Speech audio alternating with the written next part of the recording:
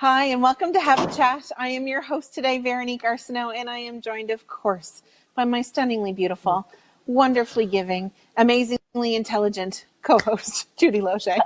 Oh, I had to catch my breath. You're so cute, Veronique.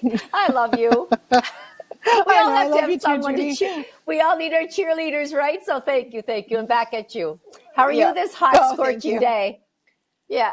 I'm hot. I'm hot, and not in the good way. No. Yes. I'm not I don't love, that really high heat that we've been experiencing the last few days. I'm great at around 25 degrees, and this 38, 40 degree weather is, whew, but you know what? I am so thankful for air conditioning. How about you? Yes. Actually, our house is very cold, but I love the heat. I wouldn't care if it was 120 degrees. I absolutely love it. I'll never complain.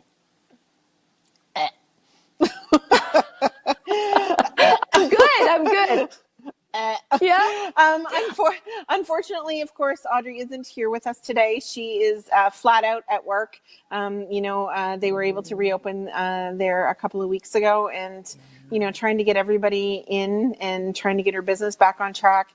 Our thoughts are with everybody as they reopen their businesses and as they get to work. But we look forward to having Audrey back with us. Yes, I miss her. I really miss her, and I'm sure our viewers do too. So we'll get her back one of these days soon. Absolutely. So, Judy, you have our wonderful positive quote of the day, so I'll get you to take it away. All right.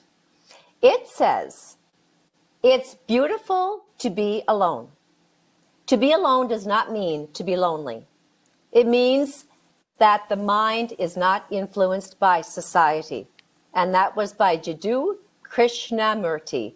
Now, I love people and I love socialization, but I do love to be alone. Just by being alone for a certain while, we all need that time. Yeah, you're absolutely right. And it's funny that you say that, because I think everybody probably assumes the same of you that they do assume of me, is that I have to be around people in order to be happy and comfortable. And although I do love people and I do love being in social settings and I love being in a crowd and seeing everything going on, and I get a lot of energy from that, I do love my quiet time as well. And for me, getting lost in a good book and letting my mind settle, because my mind doesn't often settle. There's something about that, being able to just be quiet. And you're right, getting out on a walk and seeing all the beautiful, trees and the animals and the birds and all of those things around you. It's there's something to be said about having those moments. Yes, I agree. Totally. Yeah. Funny though, because that's the one thing everybody's said so much since we've been home, is, oh, you must really miss being around people. And of course I do. Absolutely. But it has given me a little bit of an opportunity to have some more quiet times as well, which is nice. Totally. And I'm enjoying my quiet time too. It's going to be full throttle once, and if we get back to normality, which is going to be a long ways away, I fear. But once we do get back to that routine again, whenever it shall be, I know I'll just be swamped. So I'm going to take what I can right now for that time alone. Absolutely. I agree with you. So some sad news over the last number of days. Judy, did you want to talk about what's happened, to our Indigenous neighbors? Oh, my heart just aches for that community and for just our whole society in general, that we're losing people, not just to COVID, but in all of these very tense situations where there's been protesting all over the world, and just locally. Again, we had lost the beautiful young woman in Edmundston that had arrived here in New Brunswick from BC that we talked about the last time we were on the show. But then just recently, again, another wonderful young man, his life was taken, and it was 48-year-old Rodney Levi. He was a strong and vital and amazing community member of the Metapanagog Mi'kmaq First Nations, which is also known as Red Bank.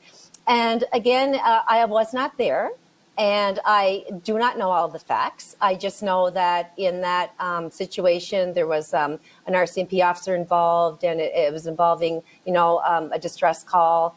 And I do know that Rodney was suffering personal matters, personal issues. And like I said, I'm not judge nor jury, nor am I God, so I can't speak to it. But I do know that the people from that First Nations area are just horrified and devastated, as we all are, that he's gone. No matter what your troubles are in life, you're still a wonderful, amazing human being. And he died way too young, as did the young girl in Edmundston at 26 years old.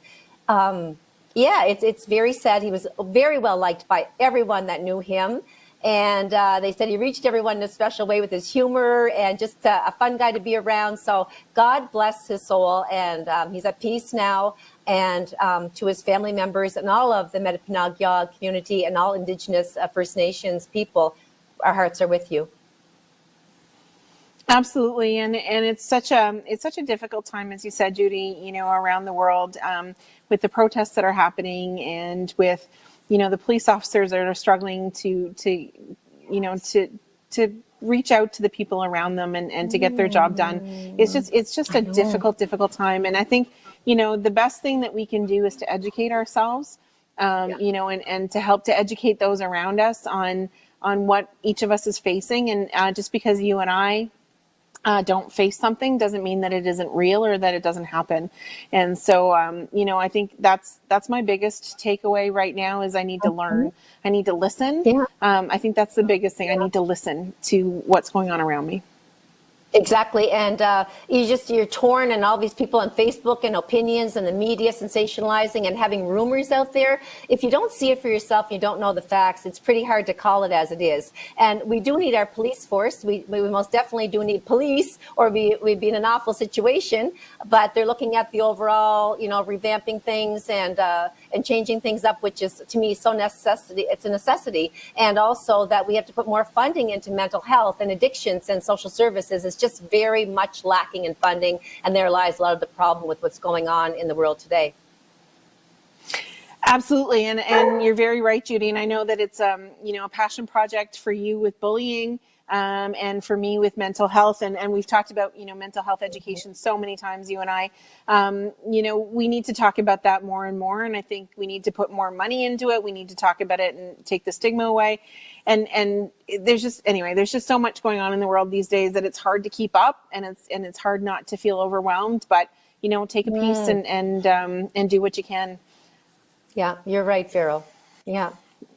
Yeah. So now we do have some wonderful news, of course, right now, and that's all the graduations that have happened, in the last few days around the province and across the country. And it's really interesting to see how the educators have gotten creative in being able to maintain that physical distancing but still make it so special for the graduates.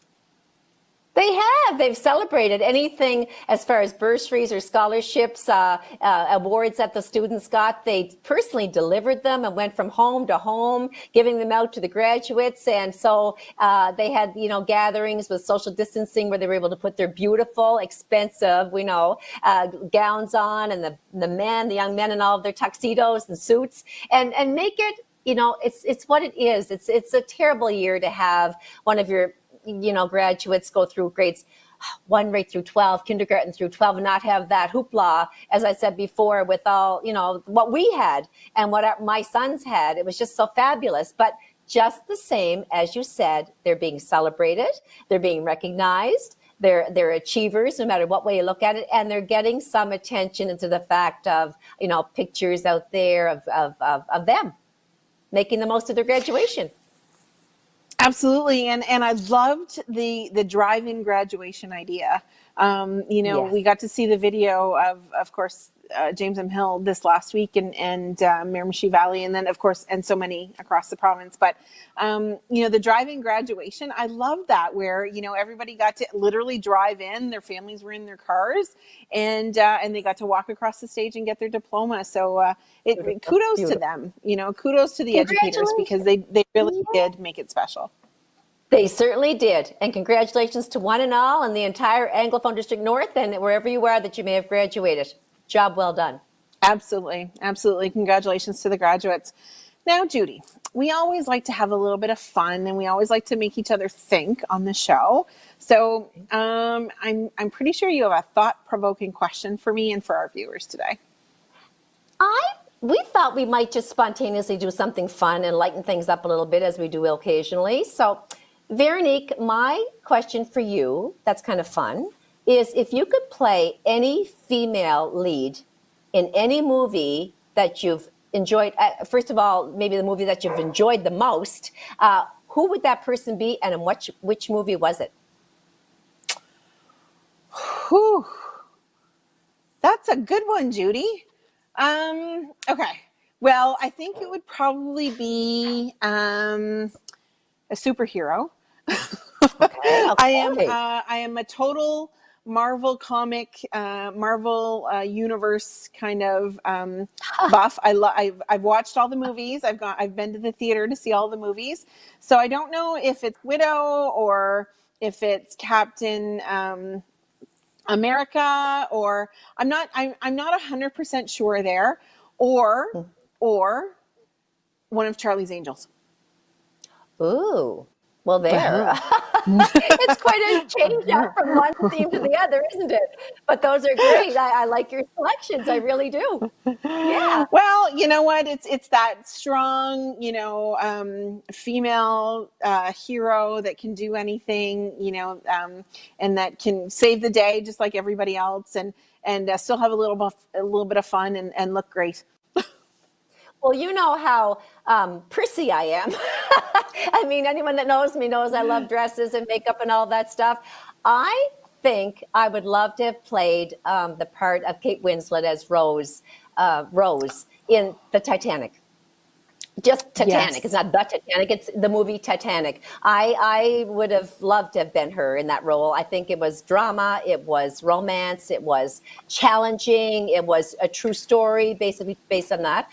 So yeah, that's who I would have picked. Oh, that's a good one too. I like her. And then standing out in the ship going like this. I've always dreamed about doing that on the cruise ships, but I don't think it's going to happen. Those cruises aren't going to happen for a long time yet. So I better rewatch the movie, I guess. Now, yeah, do you have one? It's going to take a while. Yeah. Do you have one for me? I do. If you could relive, and I don't mean change, but you could change if you wanted to, but if you could relive any moment in your life, which moment do you think that would be? Oh my goodness.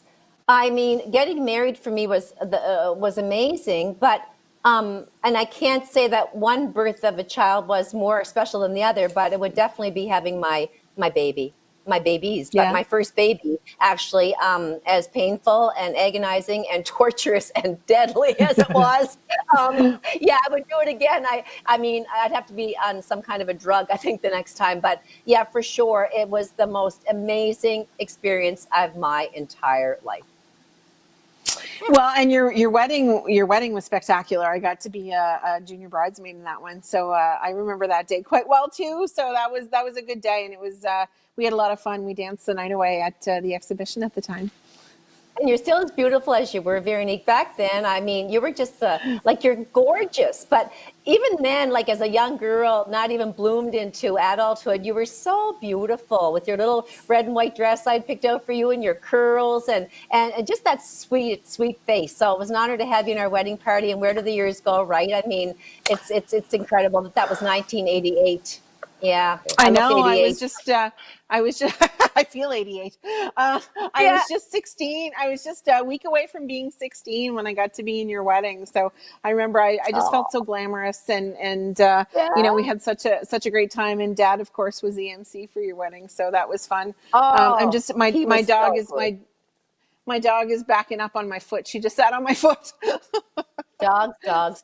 But yeah, I have one for you. It's a very critical question, Veronique. Would you ever, for say $10,000, go streaking down the front street in Chatham? That is a great question. Isn't it though?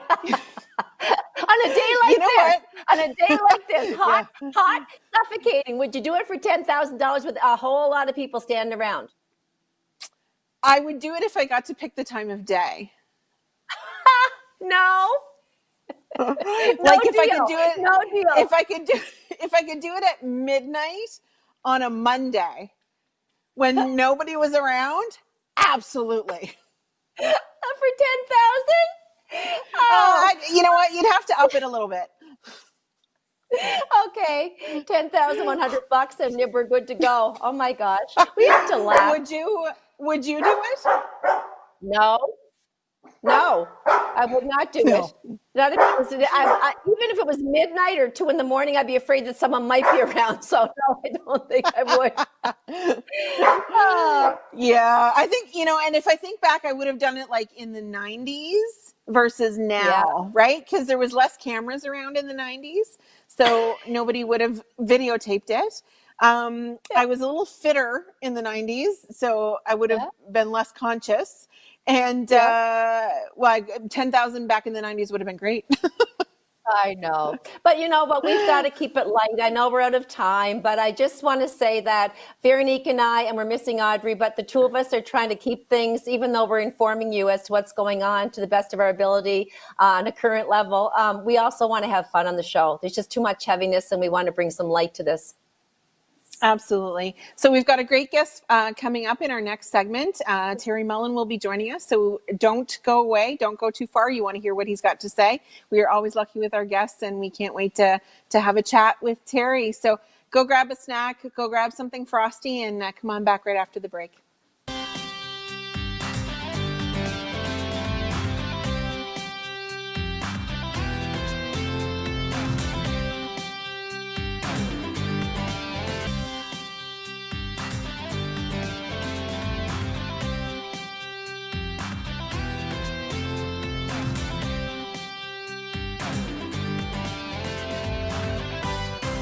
Hi, and welcome back to Have a Chat. I'm your host today, Veronique Arsenault, and I am joined by my ever lovely, ever brilliant, ever wonderful co-host, Judy Loge. I'm trying not to laugh. I'm too hot. Thanks, Vero. Yeah, I totally understand that heat, and of course, we want to everyone to note that Audrey couldn't be with us with getting her business back up and running. She is going full tilt, and every hour is precious. So unfortunately, she's not able to join us just yet, but we're looking forward to having her back pretty soon. So you know what? I am so excited today. We've got a wonderful guest joining us, and Judy, we are so lucky. We get so many great guests every week, and Terry is no exception. So welcome Terry Mullen to the show to have a chat on it right now. Hi, Thank you Terry. very much. Hi, Judy. How are you? Great. I was looking forward to this. Well, we're so glad to have you. And, it's, although we pre-tape now, we feel like we're in this all together, and that we're together in the studio, and we're looking forward to being back all together at some point. So anyway, Terry, Right. for those people in our audience that don't know you, please tell us all about yourself. Well, I was born and raised in Miramichi. I lived there most of my life. I worked at Miramichi Hospital for 31 years. I started there in actually June of 1983 in the old hospital in Newcastle, and I worked in nursing for 19 years, and then I did a lot of clerical positions. And then the last few years, I decided the clerical workload was a little bit too much for me and stressful. And yeah, I had done a couple of temporary stints in housekeeping over the years. And so in 2014, I transferred to the Dr. Edward Chalmers Hospital here in Fredericton. And I took a housekeeping position when I come over here. And I've been pretty much doing housekeeping for the last 6 years, a couple of other stints in the middle of it. But housekeeping is where I enjoy the most. I love going to work and having the patient contact. And I have three wonderful sons who are in their 20s now. Shout out to Jared and Braden and Kylie. Jared and Braden live here in Fredericton, and Kylie is still in Miramichi. I'm sure you would know them if you've seen them because they look like their dad, poor guys. No. And that's pretty much it. No. Wonderful. Yeah. Terry, I just have to say that I guess our loss is Fredericton's gain, because everyone that knows you and worked with you, including my husband and many staff I know at the Region 7 Hospital, just said that you can't be replaced. Somebody had to Yeah. replace you, but I am so happy that they have you in Fredericton doing a job. Yeah, I still miss Miramichi Hospital. That's still my home. Yeah. So when the pandemic got to be, further into it, and New Brunswick's mayor said, or sorry, New Brunswick's premier said, it's time to really shut down businesses, start social distancing. He set down a pretty stringent protocol. How did your housekeeping job at the Dr. Albert Chalmers Hospital significantly change from your routine daily work to what the new measures were? Well, actually, a couple of weeks prior to all of that, the word of the pandemic, of course, started in December, and it was sort of oh, sorry, I just dropped my book on the floor. It was surreal, and then all of a sudden there was a case in Canada, and I believe it was March the 11th that we had the first case in New Brunswick, which was Zone 1, and it sort of became a little more real to everybody then, and in the meantime, I know Horizon was working on a plan in the background, and but things didn't seem to be happening fast enough for us because we were nervous. Like I said, that first case was on March the 11th, and I think it was the 17th of March that we actually had our first case here in Fredericton. But things, once they started unfolding, people were very nervous. We didn't know what we were dealing with. I know that we had a lot of newer staff in our department. One girl in particular, I think of her constantly through the whole thing because she was so nervous, and I kept saying to her, like, don't worry, it's just another virus. As long as we do the proper protocol and wear the proper PPE, the same as we do with any other virus, we're going to be good. But there was still that nervousness because we didn't know what we were dealing with. And then once you've seen things come into place within Horizon, then it became even more real. And I think the fear sort of intensified a little bit for people, still not knowing exactly what was coming and what we were dealing with and what we were to do. And I mean, it was all laid out for us later, but I think media had a lot to do with it. It sort of made it sound like the killer virus in some movie that we were going to be dealing with.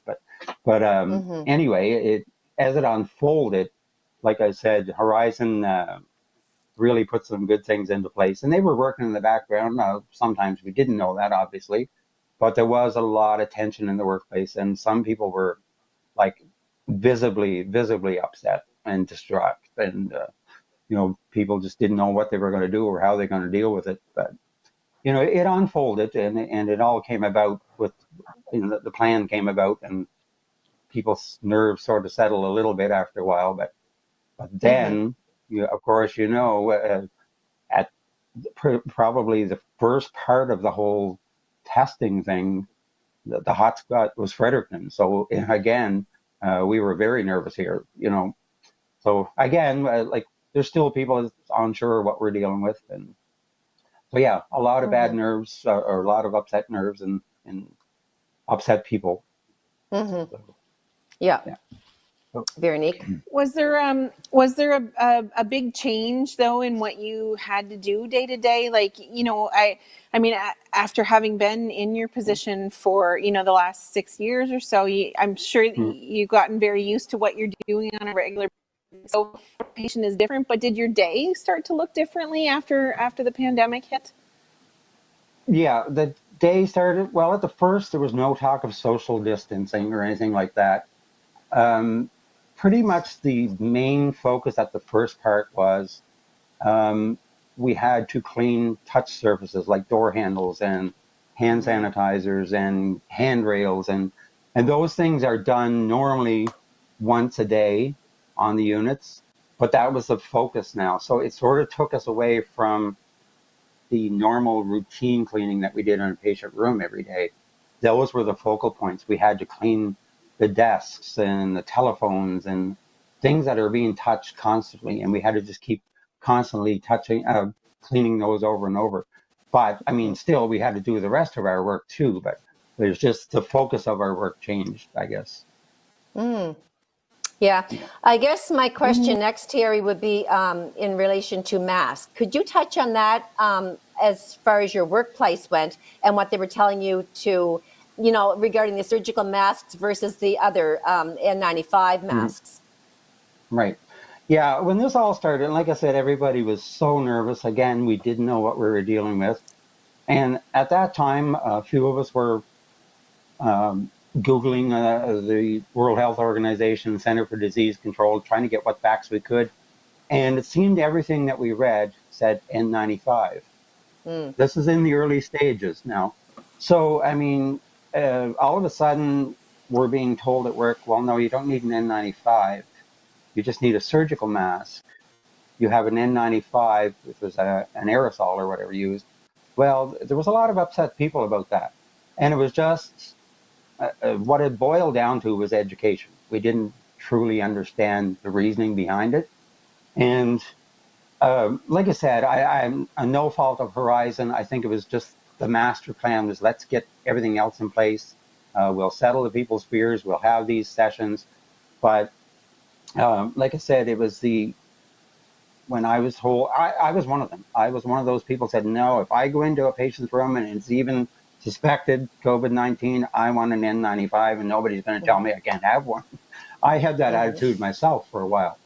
And pretty much most of us had that attitude because we were fearful of everything, uh, bringing this home and whatever.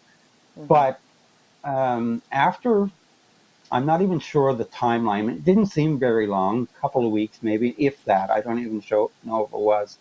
Um, then we started having sessions for the housekeeping staff. We had a video conference with the disease specialist in St. John. And then that was educational too. But what really everybody in our department found most beneficial was the infection prevention and control department. One of the girls that Mm-hmm. worked there had a session for us. There was actually two sessions, one for the day staff and one for the evening. And at that session, the main point of the session was to tell us how to properly put on our PPE and how to properly take it off so that we don't contaminate ourselves or contaminate anything in the room or whatever. And she actually physically did that, both of those things herself.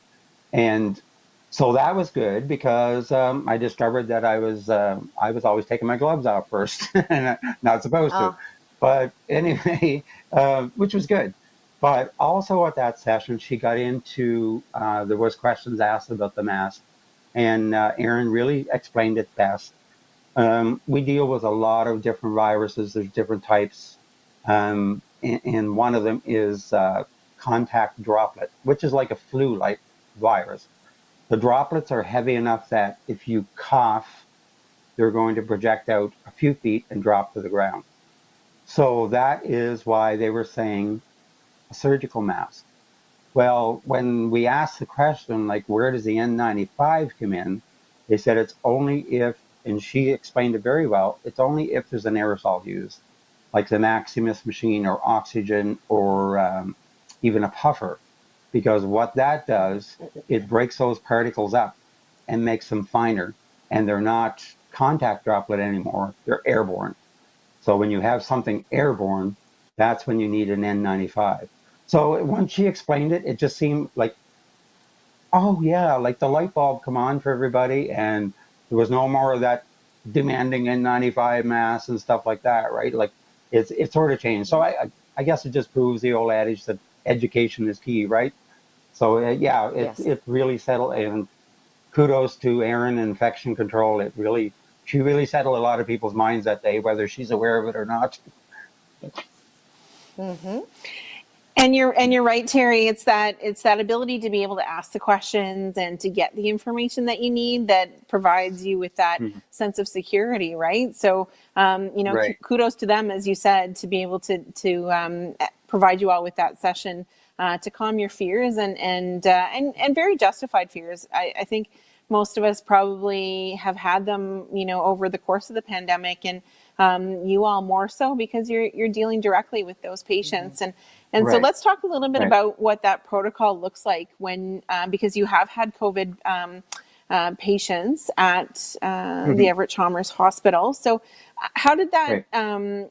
what did that protocol look like? What do you do like when you're going into a patient's room if it's suspected COVID or confirmed COVID? How does that affect you and Okay. what you do as a job? Again, there's protocols for every isolation room that we have, be it C. difficile or flu or whatever. So there's a sign usually posted outside the door, and there's a PPE cart, which has your gowns and your gloves and your mask, whatever is required for that type of isolation. That's parked outside the room. And if anyone's unsure of what you need to wear, it's clearly marked on the sign on the wall. I would use my hands a lot. I just realized that. But anyway, it's clearly marked on the wall. And so you put on your PPE outside the room, and you go in and you clean, again, touch surfaces. Um, what I like to do, people sort of do things differently, but when I do it, I just take a small garbage bag and I throw a whack of wet rags soaked in Virex in it, and I take them in the room and I start wiping things down. I toss the rags on the floor, and when I'm done, I pick up all those rags and I tie them off. Then you have to take off your mask first, and you untie the top of it, and you let it drop down, and then you untie the bottom and let it drop into the garbage can. And then you take off your gown, and that's where I was messing up before. You take off your gown and you ball it up and you throw it into a hamper, which is in the room. All of these rooms have two hampers. They have one for soiled linen and they have one for garbage. And so those are tied off, sat outside, and then you take off. No, sorry, you take off your gloves and then your gown, and then after you take off your gown, that's when you wash and sanitize your hands. Everything's already set outside of the door, and then you clean and walk your way out. Everything's done. It sort of becomes habit after a while. Like, yeah, at first you sort of have to think about it, but it's so routine now. It's like anything. You just walk in, you do it, and you come out again. And yeah, it's the only thing is it's very warm. I find them, especially with the face shields, we have to wear a face shield, and that's really warm. But we just wear the surgical mask, like I said. We don't wear the N95 unless it's a case that on which an aerosol was used. I know we're going to be cutting to break, so before we do, I just want to say that at the top of my list of people that I truly, truly value, aside from all of the essential workers, are the people like yourself that are doing that heavy duty job and protecting us all in the surroundings of the hospital. I just give you kudos and all of your fellow staff members, Terry, for that essential job that you're doing. And I'll leave it to Veronique to take us to break, but I just want to commend you on all that you've done and all that you've taken on there. So important. Great, thank you very much. Yeah, it's amazing, and I think we don't really realize what goes into a regular day at the hospital anyway. And then on top of all that, you've got the pandemic. So as Judy said, Right. it's amazing work, and I would assume very difficult work. So thanks for that, Terry. It is. So we'll Yeah. just be going to break there in a few seconds. So don't go too far, everybody. We want to come back with Terry. We have lots more information that we're going to get out of him. So go grab something cool because I'm assuming it's probably hot where you are right now. So go grab something cool, grab a snack. Your day is always better with a snack. Grab a snack and come on back. We'll be right back. Don't go too Mhm. far.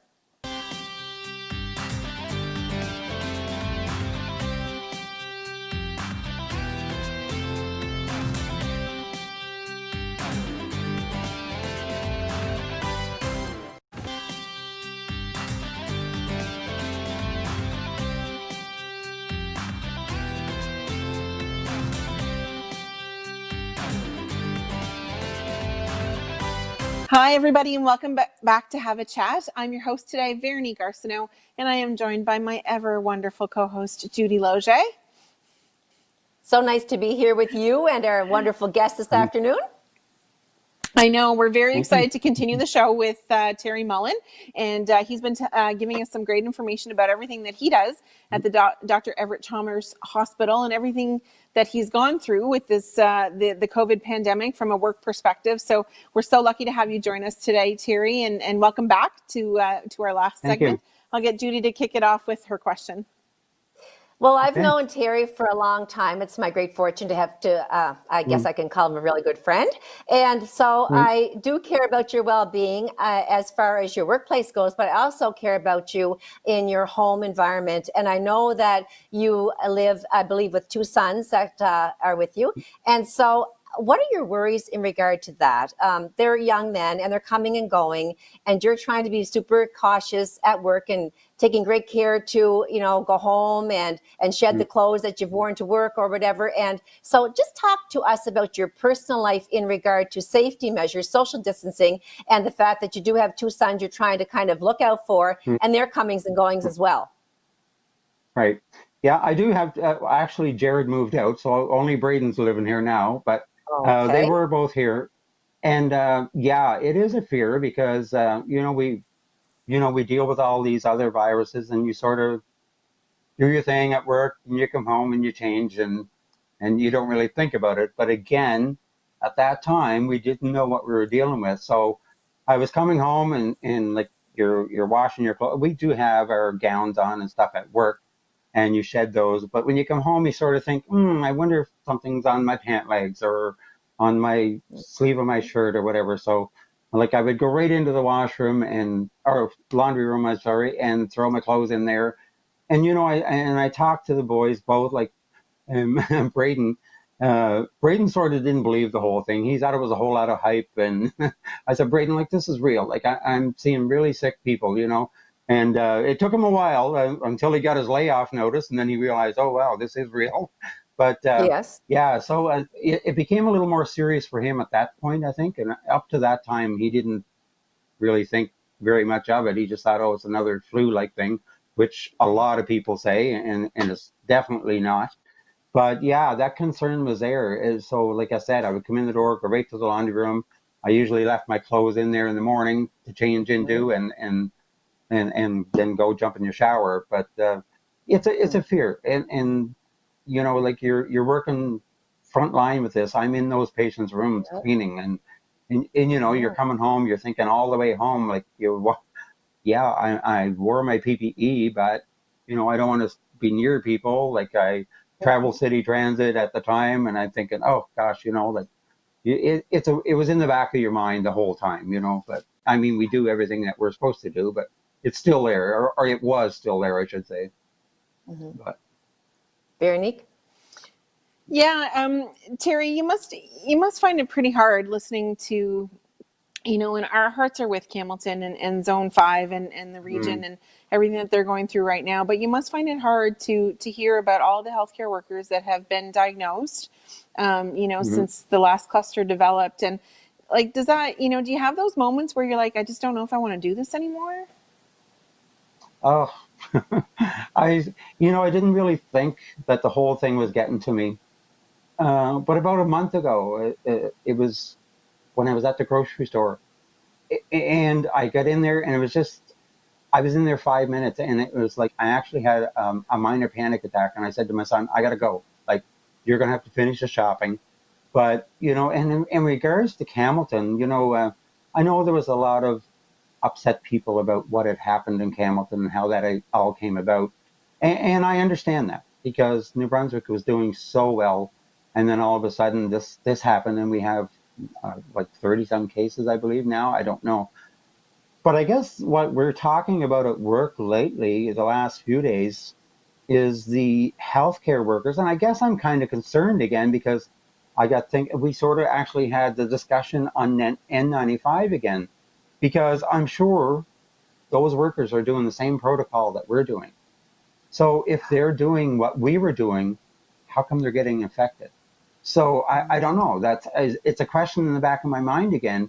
Do we need N95? I don't know. I'd almost like to see. I don't know how they would find out how this all happened and why there are so many healthcare workers getting infected. Because, like I said, I'm sure they have the same protocol as us, even though it's Vitality. But yeah, they would have a protocol. So if they're following their protocol, how is this happening? I guess that's the biggest fear. It sort of reignited a fear in us, is what I'm saying. Yeah. I don't know. Like, it's so hard to know how they're living outside of the hospital, correct? I mean, Mm, would you not right. say that because the better weather's here, I'm going to say that I find people have become much more complacent. We Oh know yeah. that the cases in New Brunswick have grown. And it seems Hmm. now that the good weather's here, people are just saying, oh, well, we're going to go to the beach. We're going to do this. We're going to go. It gives you a sense of freedom, this summer buzz. And everyone's out in their Yeah. boats and sea-doos, and they're out on their decks and having gatherings. And I don't know that everyone's doing what they're supposed to be doing, including us in Miramichi. So some of those healthcare workers perhaps have gone to grocery stores where they have maybe not distanced themselves appropriately and brought it back to the hospital unaware.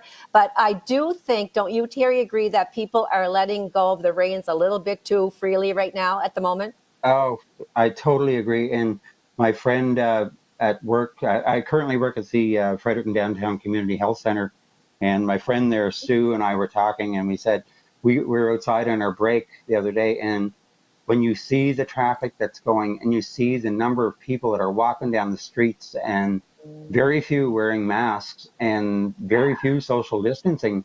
So yeah, I definitely agree with you. During March and April, it wasn't so bad to stay home because the weather was crappy and you don't mind staying indoors. But now that the Mhm. weather's nice, more and more people are out and they say, oh, well, yeah, it's not, it's like they're not taking it seriously anymore. And yeah, Mhm. I have a fear. I'd almost like to see everybody wearing a mask in public. That's that's where I'm at right now. I would too, actually, Yeah. and I do Mm, my mm, very, very best to wear one. And it's unfortunate that they look at you like you have three heads sometimes, but I don't yeah. really care because they're saying if I wear a No. mask and you wear a mask, there's that, that transmission that's less likely to be so Right. much worse. But anyhow, Right. that's my take on Right. it, is that people are getting way too laid back on this. Yeah, yeah, we do see a lot more. There are quite a number of people wearing masks, but there's a lot more that aren't wearing masks. Hmm. And like I said, the Hmm. sidewalks downtown in Fredericton today, it was just nonstop traffic. So yeah, I think Yep. people, I have that fear of complacency again, and that second Hmm. wave coming. Yeah, well, yeah, I mean, it's tough, right? And it's funny. The one thing I do notice, I don't go out very often, still, Mm, simply because, I still worry about, mom, and mm, she's immunocompromised. She was in the right. hospital and had surgery and all that. But in the beginning, I will say I was not great at wearing my mask. So when I Mm, did first start leaving the house again, I wasn't great, but I don't know. I have about 6 or 10 masks now, and they're all different colors, so I mm, just don't care anymore. yeah, But yeah, I do find though that when I go into the grocery store and I have my mask on, although people there, I'm not seeing a lot of people. I do find that me having my mask on reminds them to social distance. Yes. Yes. And right, so, like, I right. will see then, people starting to step away from each other a little bit more, or, it's funny, like it's a visual reminder, right? And it's not that I feel Mm, Hmm. like I'm saving the world because I'm wearing my mask, but I'm noticing, like, number one, people will stay further away from me when they Hmm. see me with right. my mask on. But number two, I will notice that they do start to social distance a little bit more or physical distance a little bit Hmm. more from the people around them as well. So, Hmm. Right. I think it's just that visual reminder sometimes.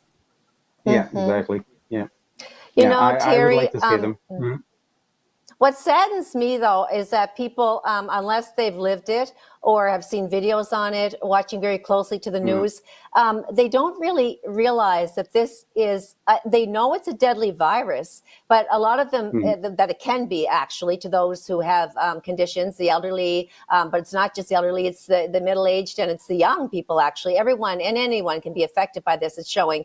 But do you know, from your perspective, some of the major signs? Like, I mean, they say that it's just an awful experience to go through this COVID, no matter mm, if you're elderly or young, because mm, the symptoms are so terrible. Like they say, it feels like you're swallowing glass and you can right. hardly get that next breath in. I think Right. the fear has to be instilled a little bit stronger in people so that they get the message. It's not just a big old bad cold, that's going to go away. No, that's There's right. after effects.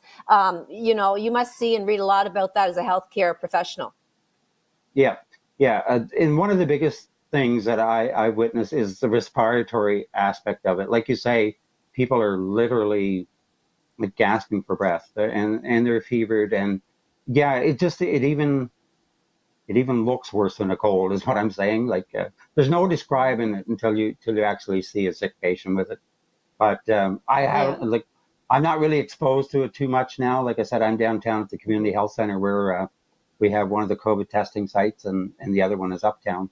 Um, my Hmm. role down there has sort of changed, so yeah, but I'm still front line, but just in a different role, I guess, down there. So, Yeah. Hmm. yeah. Hmm. Very neat. What's the best piece of advice that you've heard since this whole started? The best piece of advice, I guess, it depends on what stage of the game you're at. I'm a firm believer, social distancing and wearing a mask in public. I think that's going to be the biggest thing for now. Again, they're still learning about the virus. And I know people get upset. Like people say, "Oh, one day they're telling you to wear a mask, one day they're telling you not to," and it seems, yeah, I understand the frustration with that, but they're constantly learning about the virus. So the more you learn, the Hmm. more things are going to change, right? So Hmm. whatever Dr. Jennifer Russell says, I'm going to go along with because I think she's an amazing, amazing person. And She is. yeah, it's just whatever they say, like they know the numbers, they know the data, and yeah, so I'm going to go with that. But I think the biggest thing for people: wash your hands, don't touch your face, wear a mask in public, and social distance. And those are the four biggest things right there. You do it. If everybody did those things, I think we'd be golden. Hmm. I Yeah. It's I was just it's thinking. Oh, sorry. yeah. Mm, No, go mm, ahead. No, I was just thinking that I know for a fact that everyone knows that watches the show that Veronique and I are very strong, outgoing personalities. And you are as mm, well, Terry. I've known yeah. that for a long time that you are an exuberant personality. So I just want you to touch on basically how you're coping as far as being that kind of a social butterfly, as Veronique and I are, and having to rearrange your life so amazingly different because I certainly have, and so has Veronique. What do you do that's fun while still social distancing? Well, the first couple of months, probably most of March and April, I didn't have much time to myself. There was a few of us that were doing a lot of overtime shifts, and I would work at the clinic all day, and then I'd be called in for a shift up at the hospital at night, and they had extra people in like to do all those extra handrails and that type of thing. And so, yeah, probably the first 2 months of the whole thing, I did anytime I had time off, I was sleeping because I did a lot of overtime in the first couple of months. Now, in the last few weeks, I'm pretty much just working at the clinic 8 to 4, Monday to Friday, and I come home and I've started actually working on some oil paintings again, which I haven't done in a few years. So that settles me Nice. down. Yeah, yeah, it's very relaxing, and I spend a lot of time on social media, maybe too much sometimes, but like you say, I'm an outgoing person, so I got to do something to occupy my mind, right? But I didn't have a lot of time to myself for the first 2 months. I really didn't. When I did, No. I was too tired to do anything. So Hmm. Yeah, I can't even imagine. But you know what? And I don't know if other people are kind of feeling or experiencing the same thing. So like for the first 3 or 4 weeks, I found it really tough. I wanted to go out because I was so used to being on the go all the time. I hadn't seen anybody except for my mom and the two dogs, and then I kind of settled for a few weeks, and I was okay, and everything was great, and there was mm, nothing really to do because everything was kind of closed down. And now that right. everything's opened up again, though, I'm almost I'm in a little bit of a slump, I'll be honest, Mm, where I'm mm, I'm feeling like I don't want to go out. I'm feeling a little bit resentful when I have to go somewhere. And I mm, don't know, Oh, I'm hoping that I'm going to come back out on the other side because I love being around people, but I'm feeling a little bit mm, like, oh, I really, I just don't want to leave the house now. I'm okay. I can control kind of what's going on in the house, whereas I can't control obviously what's going on, outside. I'm Right. just the It's funny. opposite. I'm uncontrollable. I just want to be out all the time. Yeah, yeah. It's funny when this all happened and it came down as businesses started to close and whatever. My son works at Fredericton Hyundai, and the Braden that lives with me, and he came home one day, I believe it was a Wednesday, and he said, "Dad, I got my layoff notice today," and it kind of upset me a little bit. I mean, we knew it was coming, but I was just concerned about him, and he said, "Oh, don't worry, Dad." He said, "It'll be nice to have a vacation or whatever." Well, 2 weeks into it, he was so bored out of his mind, and he's a gamer. He spends a lot of time on his gaming system. But yeah, it really got to him. And one thing I do want to add, um, like I said, I've spent a lot of time on social media, and I've seen a lot of posts thanking essential workers and frontline workers, and you're all heroes and that type of thing. Two of my three sons work at grocery stores, and yeah, and I know some of the stuff they went through. They went through a lot of well, actually abuse from customers, and it's the whole quarantine thing got to people, and they were getting very frustrated. My oldest son in particular. But what I wanted to say is, when I was on social media, you see a lot of posts thanking frontline workers and essential workers, and you guys are heroes. To me, the real heroes in the whole first few months were the people that did stay home and didn't go out and didn't do what they weren't supposed to do, because it made our job a lot easier. And because I myself, I was so glad that I had the opportunity to continue working, because I'm pretty sure I would have needed medication to stay home. So in my mind, the real heroes were the people that stayed home and followed the recommendations of Dr. Russell. Kudos to those people. And you're absolutely right, and I think everybody had to do their part. I think that's probably the best message. You're right. You were out there every day working frontline, as were your sons, and those of us who were home. I was lucky enough to work from home. We all know that right from the beginning. But I had to stay home, and Judy, you had to stay home too, and that was abnormal for us, and everybody had to do their part. So I think that's a great sentiment, Terry, because it was Right, difficult on everybody in a different way. right. Yes, exactly. Yeah. Yeah, well, we want to thank you, Terry, for joining us today. You have been a Thank fantastic you. guest, and we want to wish you the very best. We look forward to Thank you. having you back when we're back together in studio, and we're all allowed to hug again. And I I look miss forward you. to it. Take care. I miss you Bye, too, Terry. Judy. Love Bye. you. Take care. Bye. Love Yeah. you, All right, folks. thanks Thank you. everybody. Bye. Thanks everybody for Bye. Bye. joining us today. We'll see you next week. Take care, everybody.